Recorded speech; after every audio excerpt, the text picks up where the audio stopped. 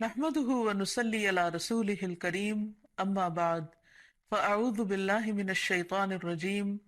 بسم الله الرحمن الرحيم رب اشرح لي صدري ويسر لي أمري واحلل عقدة من لساني يفقه قولي السلام علیکم ورحمۃ اللہ وبرکاتہ۔ ناظرین، پروگرام دعا کیجئے کے ساتھ آپ کی خدمت میں حاضر ہیں۔ آج ہم انشاءاللہ ڈر اور گھبراہٹ کے وقت کی دعائیں آپ کے ساتھ شیئر کریں گے، کیونکہ ہر انسان کسی نہ کسی وجہ سے ڈر یا گھبراہٹ میں مبتلا ہو جاتا ہے۔ ویسے بھی اللہ سبحانہ وتعالیٰ نے فرمایا ہے وَلَنَبْلُوَنَّكُمْ بِشَيْءٍ مِّنَ الْخَوْفِ وَالْجُوعِ وَنَقْصٍ مِّنَ الْأَمْوَالِ وَالْأَنفُسِ وَالثَّمَرَاتِ وَبَشِّرِ الصَّابِرِينَ الَّذِينَ إِذَا أَصَابَتْهُمْ مُصِيبَةٌ قَالُوا إِنَّا لِلَّهِ وَإِنَّا إِلَيْهِ راجعون۔ وَلَنَبْلُوَنَّكُمْ، اور البتہ ہم ضرور آزمائش کریں گے تمہاری، ضرور آزمائیں گے تم کو، بشیء، ساتھ کسی بھی چیز کے، من الخوف، خوف میں سے، تو سب سے پہلے خوف کا ذکر کیا گیا، والجوع، اور بھوک، ونقص من الاموال، اور مالوں کی کمی، والانفس، جانوں کی، والثمرات، اور پھلوں کی، وبشر الصابرین، اور خوشخبری دے دو صبر کرنے والوں کو۔ کون ہے وہ کہ جب انہیں کوئی مصیبت آتی ہے تو وہ کہتے ہیں انا للہ و انا الیہ راجعون، بے شک ہم اللہ کے لیے ہیں اور اللہ ہی کی طرف پلٹ کر جانے والے ہیں۔ اولئک علیہم صلوات من ربہم ورحمہ، ایسے لوگوں پر اپنے رب کی طرف سے نوازشیں ہیں اور رحمت ہے۔ وَأُولَئِكَ هُمُ الْمُهْتَدُونَ، اور یہی سیدھی راہ پر ہے، ہدایت یافتہ ہے۔ تو اس لیے بہت ضروری ہے کہ ہم خوف اور غم اور گھبراہٹ اور تکلیف اور پریشانی کے موقع پر وہ کام کریں جو ہمارے رب کو پسند ہے، تاکہ ہم صحیح راہ پر ہوں۔ اور صحیح راہ پر چلنے کا فائدہ یہ ہے کہ انسان قیامت کے دن اپنے رب سے جا ملاقات کرے گا، اس حال میں کہ رب اس سے راضی ہوگا اور وہ رب سے راضی ہوگا۔ اس سے بڑی انسان کی سعادت اور کیا ہو سکتی ہے؟ تو پھر ہونا کیا چاہیے؟ یہ کہ انسان ڈر اور گھبراہٹ میں اللہ تعالیٰ کی طرف رجوع کرے۔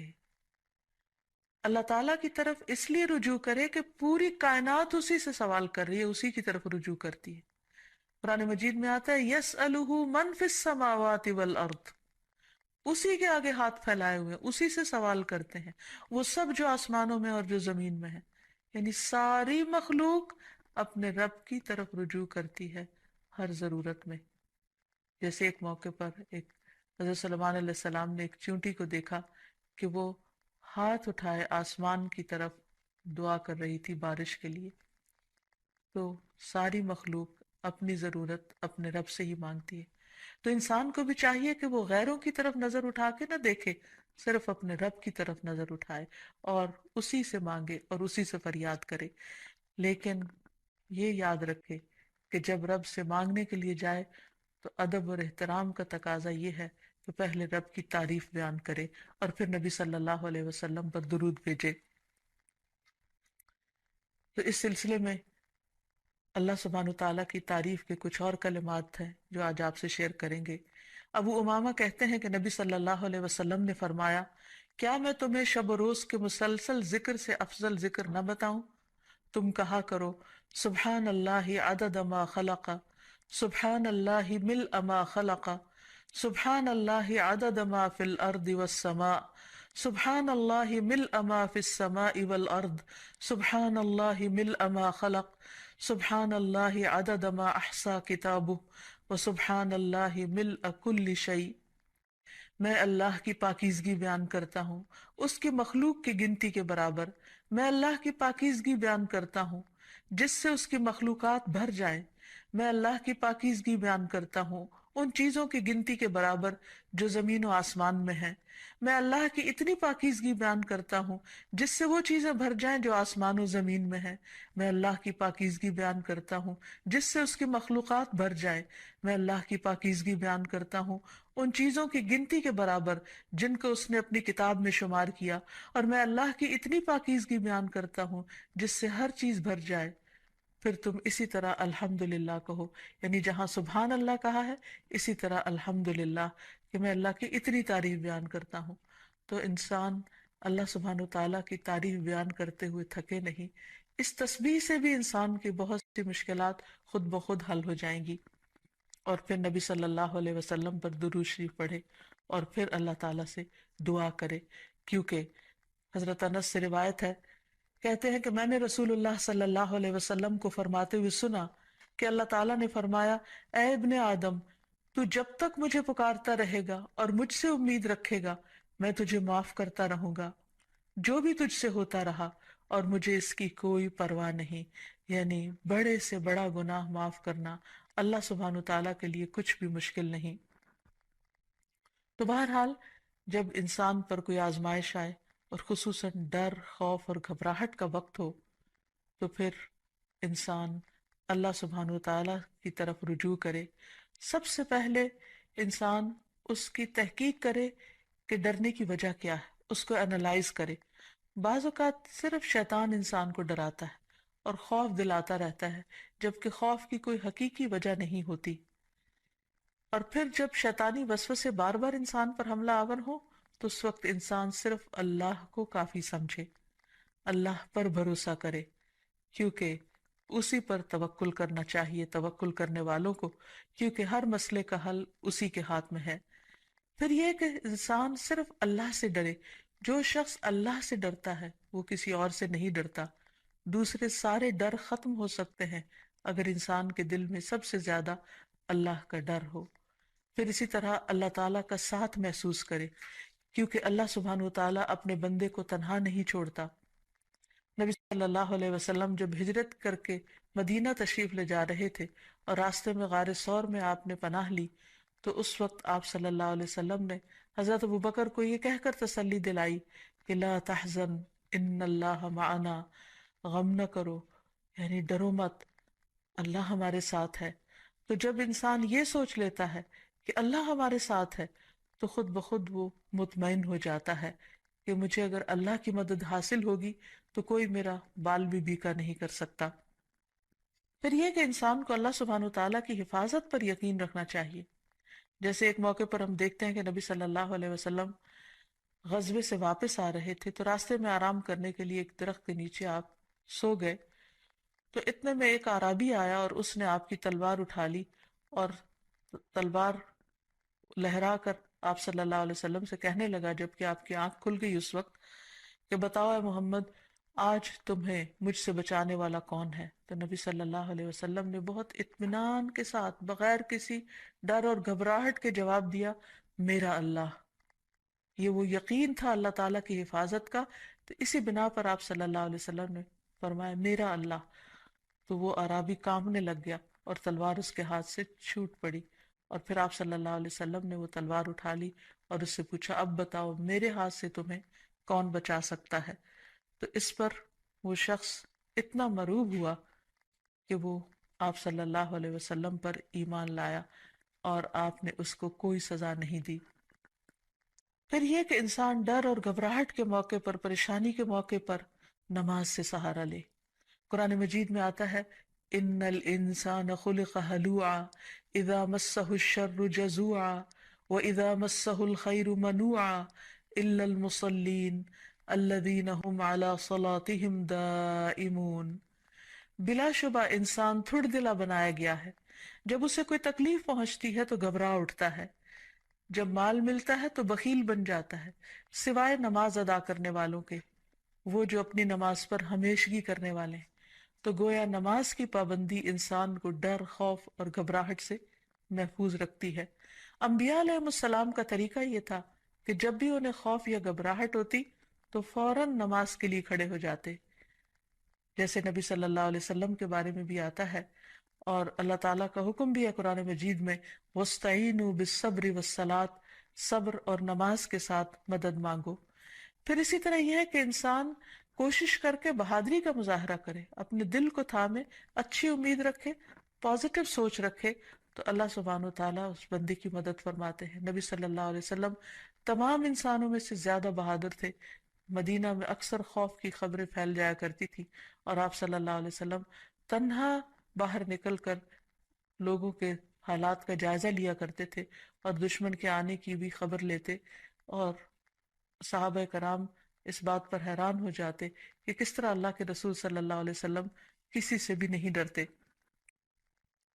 پھر اسی طرح یہ ہے کہ انسان کے اوپر جب آزمائش آئے اس وقت بھی انسان اللہ تعالیٰ کی طرف رجوع کرے، اور جب تکلیف چلی جائے تو بھی انسان اللہ تعالیٰ کی طرف رجوع کرتا رہے، یعنی صرف مشکل وقت پہ نہ پکارے، عام حالات میں بھی انسان اللہ تعالیٰ کو پکارتا رہے۔ پھر اسی طرح کچھ چیزیں ایسی ہیں کہ جو انسان کو مکمل امن دیتی ہیں، مثلاً عمرہ، حج، طواف، کیونکہ اللہ تعالیٰ فرماتے ہیں فَلْيَعْبُدُوا رَبَّ هَذَا الْبَيْتِ الَّذِي أَطْعَمَهُم مِّن جُوعٍ وَآمَنَهُم مِّن خَوْفٍ، ان پر لازم ہے کہ اس گھر کے رب کی عبادت کریں جس نے انہیں بھوک سے بچا کر کھانا یا خوف سے بچا کر امن دیا۔ پھر اسی طرح شرک چھوڑ دینا، قرآن مجید میں آتا ہے الذین آمنوا ولم یلبسوا ایمانہم بظلم اولئک لہم الامن وہم مہتدون، جو لوگ ایمان لائے اور اپنے ایمان کو ظلم سے آلودہ نہیں کیا، یعنی شرک سے آلودہ نہیں کیا، یہی لوگ ہیں جن کے لیے امن ہے اور وہی ہدایت پر ہیں، ہدایت پانے والے ہیں۔ پھر اسی طرح انسان اپنے آپ کو اللہ کے سپرد کر دے، رات کو سوتے وقت خاص طور پر یہ دعا پڑھ کر سوئے اللہم اسلمت نفسی الیک ووجہت وجہی الیک وفوضت امری الیک، اے اللہ میں نے اپنا آپ تیرے حوالے کر دیا، میں نے اپنا رخ تیری طرف کر لیا اور میں نے اپنا معاملہ تیرے سپرد کر دیا۔ تو جو چیز بھی انسان کو پریشان کرے تو وہ انسان اللہ کے سپرد کر دے، کیونکہ وہی ہر چیز کی ٹیک کیئر کرنے والا ہے اور اس سے بہتر کوئی بھی کسی چیز کی حفاظت نہیں کر سکتا۔ پھر اسی طرح انسان اگر چاہتا ہے کہ ہمیشہ دنیا اور آخرت میں امن میں رہے ہر خوف اور گھبراہٹ سے، تو اللہ کی طرف سے آئی ہوئی ہدایت کی پیروی کرے۔ آدم علیہ السلام کو اور حضرت حوا کو جب دنیا میں اتارا گیا تھا تو اس وقت اللہ سبحانہ وتعالیٰ نے انسانوں کو بتا دیا تھا اور وعدہ فرمایا تھا قُلْنَا اهْبِطُوا مِنْهَا جَمِيعًا فَإِمَّا يَأْتِيَنَّكُم مِّنِّي هُدًى فَمَن تَبِعَ هُدَايَ فَلَا خَوْفٌ عَلَيْهِمْ وَلَا هُمْ يَحْزَنُونَ، ہم نے کہا سب کے سب اس سے اتر جاؤ، پھر اگر کبھی تمہارے پاس میری طرف سے واقعی کوئی ہدایت آ جائے تو جو میری ہدایت کی پیروی کرے گا اس پر نہ کوئی خوف ہے اور نہ وہ غمگین ہوں گے۔ پھر اسی طرح اللہ سبحانہ وتعالیٰ اور اس کے رسول کی اطاعت انسان کو خوف اور غم سے نجات دینے والی ہے۔ اللہ تعالیٰ فرماتے ہیں یا بنی آدم اما یأتینکم رسل منکم یقصون علیکم آیاتی فمن اتقی واصلح فلا خوف علیہم ولا هم یحزنون، اے آدم کی اولاد اگر کبھی تمہارے پاس واقعی تم میں سے کچھ رسول آئیں جو تمہارے سامنے میری آیات بیان کریں، تو جو شخص ڈر گیا اور اس نے اصلاح کر لی تو ایسے لوگوں کے لیے نہ کوئی خوف ہوگا اور نہ وہ غمزدہ ہوں گے۔ پھر اسی طرح دین پر استقامت اختیار کرنا انسان کو خوف سے نجات دیتا ہے۔ فرمایا إن الذين قالوا ربنا الله ثم استقاموا فلا خوف عليهم ولا هم يحزنون۔ یقیناً وہ لوگ جنہوں نے کہا اللہ ہمارا رب ہے اور اس پر پھر جم گئے، ان پر نہ کوئی خوف ہوگا اور نہ وہ غمگین ہوں گے۔ پھر اسی طرح انسان اپنے فرائض کی ادائیگی کرتا رہے، اور اگر فرائض ادا کرتا رہے گا تو اس پر کوئی خوف اور غم نہ ہوگا۔ اللہ تعالیٰ فرماتے ہیں ان الذین آمنوا وعملوا الصالحات واقاموا الصلاة وآتوا الزکاة لہم اجرہم عند ربہم ولا خوف علیہم ولا ہم یحزنون، بے شک جو لوگ ایمان لائے اور انہوں نے اچھے کام کیے، نماز قائم کرتے رہے اور زکوٰۃ ادا کرتے رہے، ان کا اجر ان کے پروردگار کے پاس ہے، انہیں نہ کوئی خوف ہوگا اور نہ وہ غمگین ہوں گے۔ اسی طرح صدقہ بھی انسان کو خوف اور غم سے نجات دیتا ہے۔ قرآن مجید میں آتا ہے الذین ينفقون اموالهم فی سبیل اللہ ثم لا يتبعون ما انفقوا منا ولا اذى لهم اجرهم عند ربهم ولا خوف علیہم ولا هم يحزنون، جو لوگ اللہ کے راستے میں اپنا مال خرچ کرتے ہیں پھر خرچ کرنے کے بعد نہ احسان جتلاتے ہیں اور نہ دکھ دیتے ہیں، ان کے لیے ان کا اجر ان کے رب کے پاس ہے، ایسے لوگوں کو نہ کوئی خوف ہوگا اور نہ وہ غمگین ہوں گے۔ ایک اور جگہ پر فرمایا الذین ينفقون اموالهم باللیل والنہار سرا وعلانیہ فلہم اجرہم عند ربہم ولا خوف علیہم ولا هم يحزنون، جو لوگ دن رات کھلے اور چھپے اپنے مال خرچ کرتے ہیں انہیں اپنے رب سے اس کا اجر ضرور مل کر رہے گا، ایسے لوگوں کو نہ کچھ خوف ہوگا اور نہ وہ غمگین ہوں گے۔ اور اب کچھ دعائیں اور تسبیحات جو انسان کو خوف سے نجات دیتی ہیں، غم سے نجات دیتی ہیں۔ سب سے پہلے تو رسول اللہ صلی اللہ علیہ وسلم کی ایک حدیث کہ آپ نے فرمایا جو رات سے خوف آئے کہ وہ اسے پریشان کرے گی، کچھ لوگوں کو اندھیرے سے ڈر لگتا ہے، یا مال کے ساتھ بخل کرے کہ وہ خرچ ہو جائے گا، یعنی کسی کو کچھ دیتے ہوئے اس کے دل میں گھبراہٹ ہوتی ہے، یا دشمن کے ساتھ بزدلی کرے کہ وہ اسے قتل کر دے گا، یعنی دشمن کا خوف ہو جان سے جانے کا، تو اسے چاہیے کہ وہ اس قول کی کثرت کر دے سبحان اللہ و بحمدہ، سبحان اللہ و بحمدہ، سبحان اللہ و بحمدہ۔ اللہ پاک ہے اور اسی کی تعریف ہے، کیونکہ یہ اللہ کے نزدیک سونے کا پہاڑ اللہ کے راستے میں خرچ کرنے سے زیادہ محبوب ہے۔ یعنی اتنی قیمتی تسبیح ہے کہ اگر ایک انسان اللہ کے راستے میں ایک پہاڑ صدقہ کرے تو اس سے بھی زیادہ اس تسبیح کا فائدہ اور اثر ہوگا۔ کتنے مختصر سے کلمات ہیں جن میں اللہ تعالیٰ کی حمد و ثنا بیان ہوئی ہے، یعنی انسان اس وقت تک ذکر اور ورد کرتا رہے جب تک کہ اس کا دل سکون میں نہ آ جائے۔ ایک اور روایت میں آتا ہے، عبداللہ ابن عمر رضی اللہ عنہ روایت کرتے ہیں کہ رسول اللہ صلی اللہ علیہ وسلم ڈر یا گھبراہٹ کے موقع پر انہیں یہ کلمات سکھایا کرتے تھے، اعوذ بکلمات اللہ التامۃ من غضبہ وشر عبادہ ومن ہمزات الشیاطین وان یحضرون، میں اللہ کے کامل کلمات کی پناہ میں آتا ہوں، اس کی ناراضگی سے، اس کے بندوں کی شرارتوں سے، شیطانوں کے وسوسوں سے، اور اس بات سے کہ وہ میرے پاس آئیں۔ پھر اسی طرح ڈراؤنے خواب سے بچنے کے لیے بھی نبی صلی اللہ علیہ وسلم نے یہی دعا پڑھنے کے لیے فرمایا۔ پھر اسی طرح رات کو نیند میں گھبراہٹ کی دعا، یعنی یا نیند آئے نہ، یا نیند کے اندر انسان خوف کھائے یا اسے گھبراہٹ شروع ہو جائے، تو اس کے بارے میں خالد بن ولید روایت کرتے ہیں کہ میں رات کو نیند میں گھبرا جایا کرتا تھا، پھر میں نبی صلی اللہ علیہ وسلم کے پاس حاضر ہوا تو میں نے عرض کیا میں رات کو نیند میں ڈر جاتا ہوں تو میں اپنی تلوار اٹھا لیتا ہوں اور جو چیز سامنے آتی ہے اسے تلوار سے مار ڈالتا ہوں۔ تو رسول اللہ صلی اللہ علیہ وسلم نے فرمایا کیا میں تمہیں وہ کلمات نہ سکھاؤں جو مجھے روح الامین نے سکھائے ہیں، یعنی جبریل امین نے؟ کہو اعوذ بکلمات اللہ التامات التی لا يجاوزهن بر ولا فاجر من شر ما ينزل من السماء وما يعرج فيها ومن شر فتن الليل والنهار ومن كل طارق إلا طارقا يترك بخير يا رحمن۔ میں اللہ کے تمام کلمات کے ذریعے پناہ مانگتا ہوں جن سے آگے نہ کوئی نیک اور نہ کوئی فاجر بڑھ سکتا ہے، ان تمام چیزوں کے شر سے جو آسمان سے اترتی ہیں اور جو آسمان کی طرف چڑھتی ہیں، اور رات اور دن کے فتنوں کے شر سے، اور رات کو ہر آنے والے کے شر سے، سوائے اس کے جو خیر کے ساتھ آئے، اے نہایت رحم کرنے والے۔ پھر اسی طرح انسان کو صبح و شام عافیت کی دعا بھی پڑھنی چاہیے۔ ابن عمر رضی اللہ عنہ کہتے ہیں کہ رسول اللہ صلی اللہ علیہ وسلم صبح و شام ان دعاؤں میں سے کسی دعا کو چھوڑتے نہیں تھے۔ اللہم انی اسألک العافیت فی الدنیا والآخرہ، اللہم انی اسألک العفو والعافیت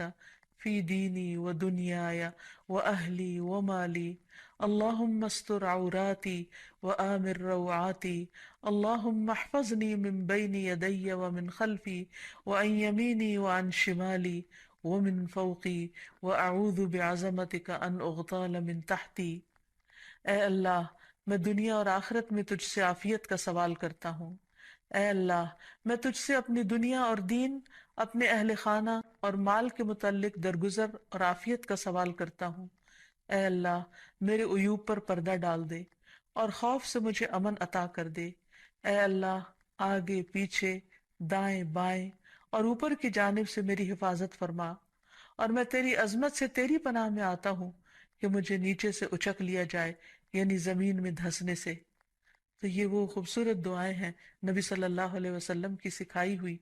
کہ جن کو پڑھنے سے انسان ہر طرح کے خوف، غم اور گھبراہٹ سے آزاد ہو سکتا ہے۔ اللہ تعالی ہمیں توفیق دے کہ ہم ان دعاؤں کو پڑھ سکیں اور ہر حال میں اپنے رب ہی کو پکاریں، تاکہ وہ ہماری طرف رحمتوں کے ساتھ متوجہ ہو۔ وآخر دعوانا ان الحمد للہ رب العالمین۔ السلام علیکم ورحمۃ